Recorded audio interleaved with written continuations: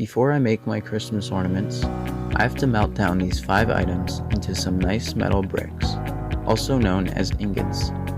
Making ingots is an important stage of any metal casting project for a few reasons. It's easier to store ingots since they take up a lot less space than a pile of old dishes. It also makes the metal easier to melt down later because of the small size of the ingots. Without further ado, let's start melting.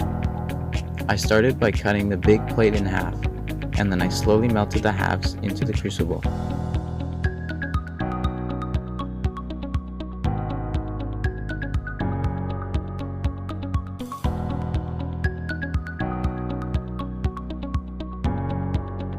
After that, I already had enough molten pewter to pour a few ingots. But before I poured the pewter, I had to skim the impurities off the surface of the metal. This is an important step because if you don't do this, the impurities will end up in your final product. It is also a really satisfying thing to do because you get to reveal the shiny liquid metal that was hiding underneath.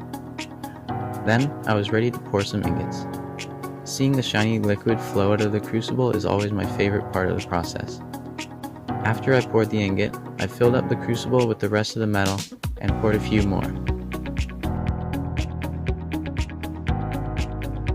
By the end, I had a stack of 5 shiny pewter ingots with a total weight of 2.281 kilograms. The weight will be important later. Now it's time to turn these ingots into Christmas ornaments. The first step is to make the sand mold for the ornament. I found this Petrobond casting sand on Amazon that I will be using today. I think this plastic gem will make an interesting shape for my ornaments. I started by pressing the plastic gem into the sand. This creates a gem-shaped cavity in the sand. Then I took one of the ingots and melted it down into my smaller crucible. Then I carefully poured the molten pewter into the sand mold. I made some copper rings that I dipped into the liquid pewter ornament. I did this so that there would be somewhere to hook a string which would make the ornaments easier to hang on a tree. When the ornament solidified, I pulled it out of the mold and cleaned it up a bit.